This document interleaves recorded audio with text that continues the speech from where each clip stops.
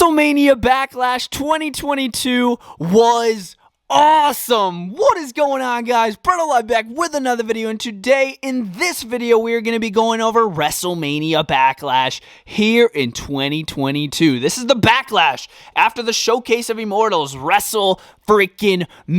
We're going to be talking about the show in this video, going play by play, all the matches, telling the winners, tell you what I thought, what happened, what was good, what was bad.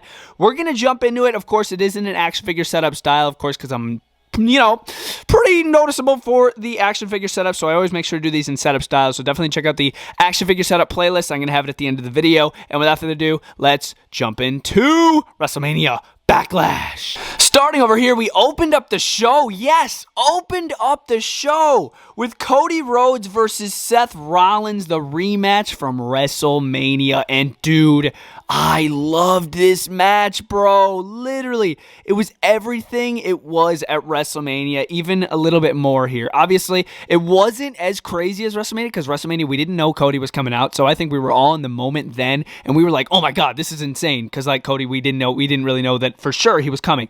But this time, we knew he was coming, so did Seth. Seth said he could actually prepare for this match, and it was definitely noticeable in this match. A lot of reversals from Seth, so there were some insane spots. By the way, I love the Cody cutter. That's like one of my favorite moves Cody does. It might even be better than the Crossroads. It's where he does like a springboard off the middle rope and does a cutter in the air, or an RKO cutter, same thing. But dude, it is so freaking sick. That's probably my favorite move from Cody. Seth also had some really awesome offense in this match. I really thought Seth had to win a couple times in this match, but in the end, first, Seth Rollins tried pinning Cody Rhodes by using the tights, by pulling the tights for leverage, but then Cody reversed it and then pulled the tights on Rollins. Turnabout is fair play. You're going to cheat, I'm going to cheat right back, but to my advantage, because Cody ended up winning by cheating. But still, Seth Rollins was about to do the same thing, so why the frick not? I loved this match. It didn't really make Seth look bad. Of course, it didn't make Cody look bad because he freaking won, but Seth, he did lose with a tight pull, so it didn't really make him look too bad. I really enjoyed, and I really liked how they ended this match. I was really into it. We had the Nigerian Giant, Omos, going one-on-one with the almighty Bobby Lashley. By the way, I love the almighty's new entrance, how he's like standing on a pedestal at the entrance stage, and the lights come up on him, the fireworks come off. It's just so cool. It's just like literally showing how freaking jacked and how much of a beast Bobby Lashley really is when he's got those lights on and the pyros going off. I really love Lashley's entrance. But anyways, into the match itself. Match was okay. This was definitely one of the weak parts of the show, but not as weak as the Corbin match. I'll get into that. But anyways, Lashley, Omos. It's a match I didn't really need to see again. Of course, Bobby Lashley was able to pick up the victory at WrestleMania itself, but here at WrestleMania Backlash, he came up a little bit short because of MVP. Montel Vatavius Porter used his cane to jab Bobby Lashley. I think it was in the throat when he was in a similar position to this after Omos sent him into the steel post or something like that. And then, of course, Omos capitalized, slammed him down to the mat, 1, 2, 3. I was not fond of how they ended this match, but I understand why they did. You're not going to want to make Omos look bad twice and job to Lashley twice, especially after you already did it at WrestleMania. So I could understand why Omos picked up the victory here, but it wasn't my favorite match of the night. Lashley should have won, in my opinion, to go up against like a Roman Reigns after this. Like, that would be so sick. This was okay. Again, not my favorite part of the show. Speaking of not my favorite part about the show, Madcap Moss going up against Happy Corbin. This match was mid. That's a really good way of saying it. This match was very mid. After I'm done talking about this, though, oh my god, stuff gets freaking good. But anyways, yeah, I was not a big fan of this match. It was basically, how I would basically talk about it is, it was a match. It was a match, and it wasn't too crazy good. Madcap had some decent offense, but like I said, it was a match. In the end, Madcap was able to pick up the victory. He did a sunset flip into a pin, and he was able to pin Baron Corbin, 1, 2, 3, or Happy Corbin. Hopefully it ends this rivalry. Hopefully Madcap goes on to bigger, better things maybe, and Corbin can get rid of this happy crap, because I can't stand it, I'm be honest. But yeah, it was lame. I wasn't into it. Oh my god, moving over here, Ronda Rousey versus Charlotte Flair, a match I was not looking forward to because I wasn't the biggest fan of it at WrestleMania. Dude, they delivered. They absolutely delivered here at WrestleMania Backlash. Hats off to both of them. Oh my god, what a match. This was so good. Of course, for the SmackDown Women's Championship, it was an I Quit match, so it wasn't the basic win by pinfall or submission type of match. You have to make your opponent say, I quit in the microphone. I loved that stipulation to end this rivalry. I just thought it was great, man.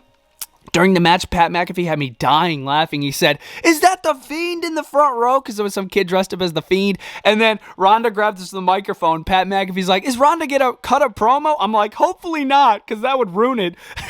So that was cool. But yeah, there were some cool spots where like Ronda was hanging Charlotte off the top of the steel post, like with an armbar down here. That was sick. I loved that. Like everything about this match, I just loved. There was a brawl with kendo sticks. They fought up the ramp into the crowd. It was so cool, dude. I really enjoyed this match. In the end, we had Ronda Rousey lock in the armbar, and then Charlotte's like, "No, I don't quit." But then Ronda Rousey really cinched it in, and then Charlotte ended up quitting. She's like, I quit.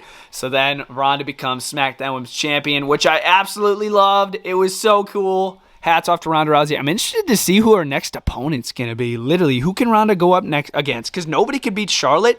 So if you really think about it, who the crap can beat Ronda Rousey now? Like, that's just crazy in my opinion. But I really enjoyed this match. One of the best women's matches of the year in my opinion. Let me know what you guys think down in the comments down below.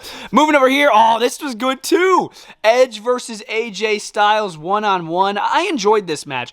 I have one big gripe with it. I will get into that. But what I loved about this match is the accuracy. The accuracy, dude. 2 or 3 weeks ago, Edge and Damian Priest, they targeted the arm of AJ Styles in a fight in the locker room, and they brought that back in this match. They had Edge work over the arm of AJ Styles. Edge was working over the left leg of Edge. AJ Styles was working over the left leg of Edge. I really enjoyed it. This was just such a good, accurate, amazing match. In the end, AJ Styles was literally about to win until Damian Priest comes out. This was the one thing I didn't like about it. This was my only gripe with the match. I'm like, wait, why is Damian Priest coming out? He was barred from ringside. Edge should be immediately disqualified. Literally, since Priest came out. He should be immediately disqualified. Of course, Finn Balor came out, they brawled, and then they brawled out of the arena. And then AJ Styles was on the top rope looking to finish up the match. And then a mystery person dressed all in black with a hood on, pushes AJ Styles off the top rope, and then Edge is able to pick up the victory as I think he submitted AJ Styles, or he might have passed him out, but I know it was a submission hold. So he did that. And then, of course, I knew it was Rhea Ripley. I could tell by the legs and the pants. And then she removes the hood and then pledges her allegiance to Edge. I thought it was cool. I didn't think they were going to add... Well, my idea was Rhea Ripley because she's sort of like a darker character, recently turning heel. It works. But I wasn't expecting them to add women to Judgment Day. But hey, I'm all game for it. It ought to be interesting. I'm interested to see what they're going to do. Rhea Ripley, Edge, and Damian Priest all in the same group known as Judgment Day. At the expense of AJ Styles... Unfortunate. But yes, I don't think it's over between Styles and Edge. But yeah, Edge was able to recruit Rhea Ripley. I really enjoyed it. Really enjoyed it. Speaking of really enjoying things, the 6-man main event match of WrestleMania Backlash. This was fantastic, and I wasn't looking forward to it originally. Drew McIntyre and RK McBro going up against the Bloodline. Roman Reigns and the Usos. What a freaking match. 6-man tag. Such a fun match. Just like I thought it was going to be. I knew it was going to be fun, but I just wasn't looking forward to it because I really wanted to see the tag team unification match. But anyways, this match was great. Roman Reigns even got in the ring, got some shots in on Drew McIntyre, of course, 20 years of Randy Orton. They're going to give him a little spotlight in this match, multiple different RKOs. Even to Roman Reigns, there was this wicked counter that Randy had, a Superman punch into an RKO. I thought that was so cool. Multiple RKOs to the Usos. Riddle took a heck of a beating. This match showed that Riddle can literally take a beating of his life and literally come back and almost pick up the victory.